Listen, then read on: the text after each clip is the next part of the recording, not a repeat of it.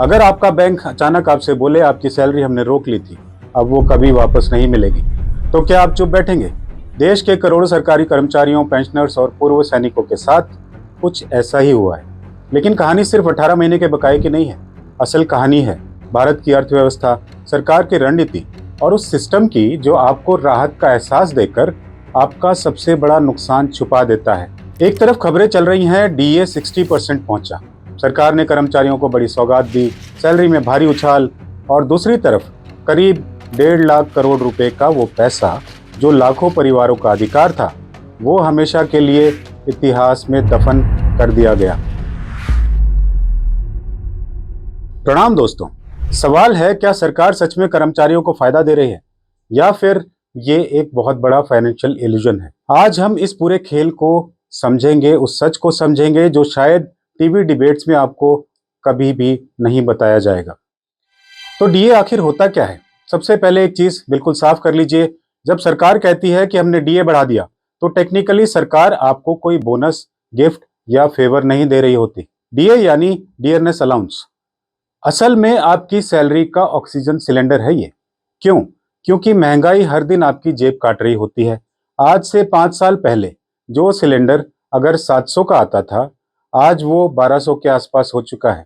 जो दूध 40 रुपए लीटर के आसपास था, आज 70 के आसपास है। स्कूल की फीस, दवाइयाँ, किराया, बिजली, पेट्रोल, सब कुछ लगातार ऊपर जा रहा है। लेकिन सवाल ये है, अगर आपकी सैलरी वहीं की वहीं रहे तो असल में आपकी कमाई बढ़ रही है या घट रही है? घट रही है, क्योंकि आपके रुपए की ताकत जो है खत्म हो रही है। इसलिए डीए लाया गया था ताकि महंगाई आपकी परचेजिंग पावर को पूरी तरह से खत्म ना कर दे। मतलब डीए कोई इनाम नहीं है, ये सिर्फ उस नुकसान की भरपाई है जो महंगाई पहले ही आपसे छीन चुकी थी। डीए अब तय कैसे होता है? अब यहाँ एक और बड़ा भ्रम है। कई लोगों को लगता है कि सरकार अपनी मर्जी से तय करती है। चलो इस बार 2% बढ़ा दो, चलो चुनाव आ रहे हैं 4% कर दो। लेकिन सच इससे कहीं ज्यादा टेक्निकल है। डीए का कैलकुलेशन होता है सीपीआई आईडब्ल्यू के आधार पर, यानी कि consumer price index for industrial workers. अब इसे आसान भाषा में अगर समझें, मान लीजिए सरकार ने एक वर्चुअल बास्केट बनाई। इस बास्केट में वो सारी चीजें डाली गई जो एक आम परिवार रोज इस्तेमाल करता है। आटा, दाल, तेल, दूध, किराया, कपड़े, ट्रांसपोर्ट, मेडिकल खर्च, स्कूल की फीस। फिर हर महीने सरकार देखती है इस पूरी बास्केट की कीमत कितनी बढ़ी। अगर बास्केट महंगी हुई तो मतलब महंगाई बढ़ी, और अगर महंगाई बढ़ी तो डीए बढ़ाना पड़ेगा। यानी डीए किसी मंत्री का एहसान नहीं है, ये डेटा ड्रिवन मैकेनिज्म है, एक मैथमेटिकल कंपनसेशन सिस्टम। 60% डीए का असली मतलब जानते हैं? अब यहाँ कहानी दिलचस्प होती है, क्योंकि जब डीए 50%, 55% या 60% जैसी लिमिट पार करता है, तो असर सिर्फ सैलरी तक सीमित नहीं रहता। पूरा सैलरी इकोसिस्टम बदल जाता है। एचआरए बढ़ता है, ट्रांसपोर्ट अलाउंस बढ़ता है, पेंशन बढ़ती है, रिटायरमेंट बेनिफिट्स का आधार बदल जाता है, और सबसे बड़ा असर फ्यूचर पे कमीशन पर पड़ता है। यानी अगर कल 8th पे कमीशन आता है तो वो आपकी मौजूदा बेसिक पे प्लस डीए स्ट्रक्चर को बेस बनाकर नई सैलरी तय करेगा। मतलब आज का डीए कल की स्थायी कमाई बन सकता है। यही वजह है कि कर्मचारी डीए को इतनी गंभीरता से लेते हैं। लेकिन यहीं पर आता है सबसे बड़ा ट्विस्ट। जनवरी 2020 दुनिया लॉकडाउन में जा रही थी, इकोनॉमी क्रैश कर रही थी, फैक्ट्रीज बंद, टैक्स कलेक्शन गिर चुका था, सरकार पर जबरदस्त दबाव था।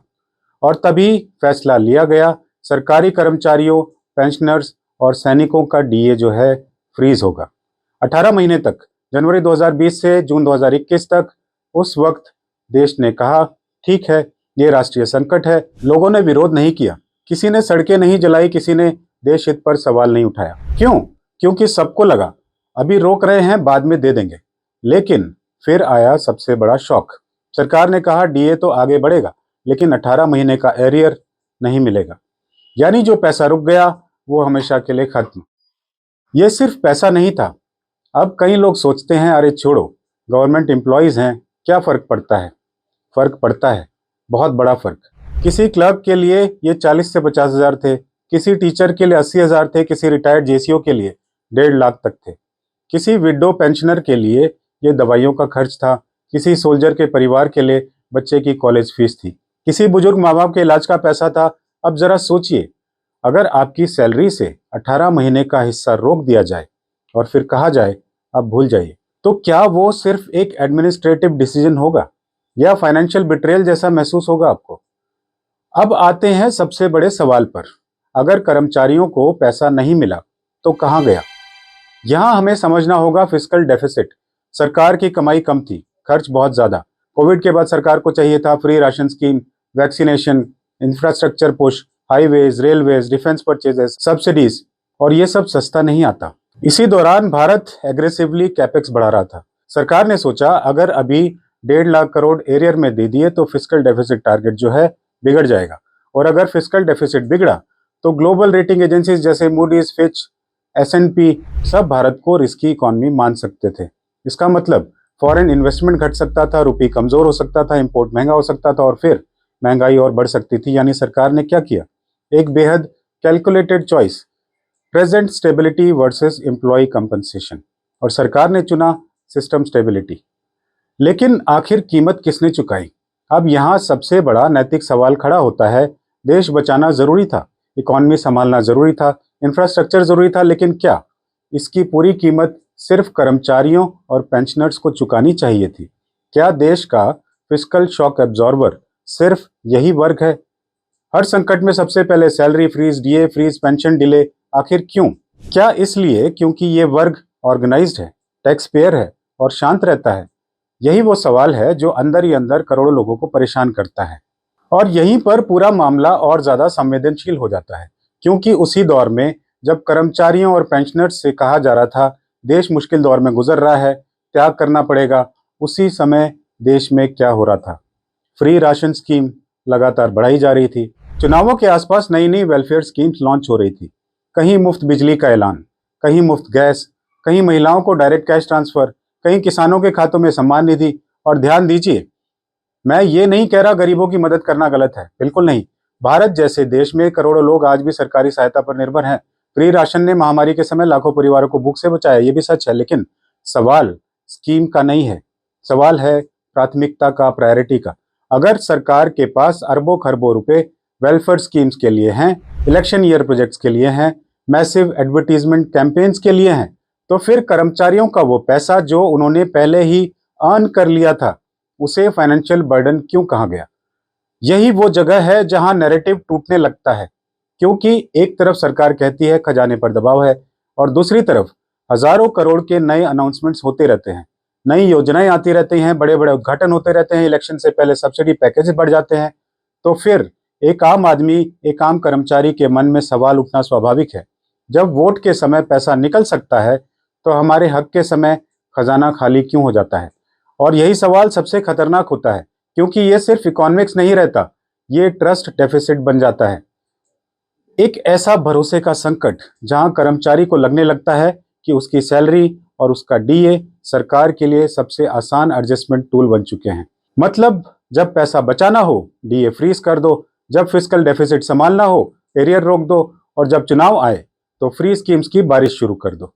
यही वजह है कि आज बहुत से कर्मचारी और पूर्व सैनिक इस पूरे मामले को सिर्फ आर्थिक निर्णय नहीं बल्कि एक पॉलिटिकल फाइनेंशियल स्ट्रेटेजी की तरह देखने लगे हैं। ध्यान से देखिए पैटर्न। पहले 18 महीने का पैसा खत्म, फिर धीरे धीरे डीए बढ़ाओ, हेडलाइन बनाओ सरकार ने बड़ी राहत दी, रिजल्ट प्रेजेंट में खुशी, पास्ट का नुकसान धीरे धीरे धुंधला। ये बिल्कुल वैसा ही है, किसी का पुराना बोनस काट लो फिर अगले महीने 2000 बढ़ाकर बोलो देखो हमने कितना फायदा दिया।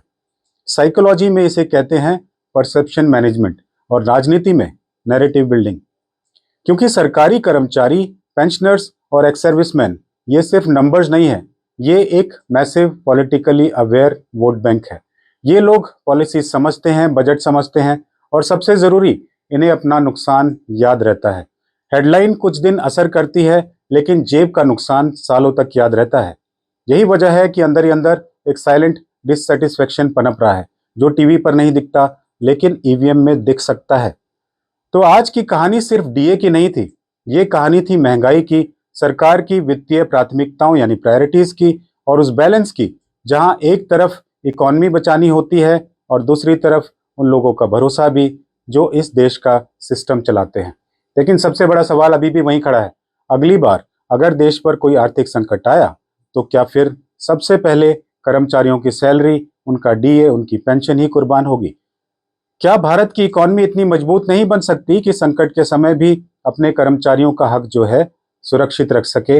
या फिर हर बार सबसे पहले वही गुल्लक तोड़ी जाएगी जिसमें देश के कर्मचारियों ने अपनी पूरी जिंदगी की मेहनत की कमाई जमा कर रखी होती है?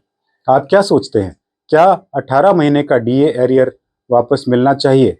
कमेंट करके जरूर बताइएगा। चुनावों में मुफ्त की बारिश थी, वादों का हर तरफ शोर था, लेकिन जिन हाथों ने देश चलाया उनके हिस्से बस इंतजार और गौर था। किसी को राशन, किसी को योजनाएं, किसी को मुफ्त के सपने दिए गए, और जो अपना हक मांग बैठे वो राजकोषीय बोझ कह दिए गए। सवाल सिर्फ डीए का नहीं, सवाल उस भरोसे का है साहब, जो हर महीने देश की सेवा करता है और बदले में बस अपना ही हिसाब मांगता है। प्रणाम।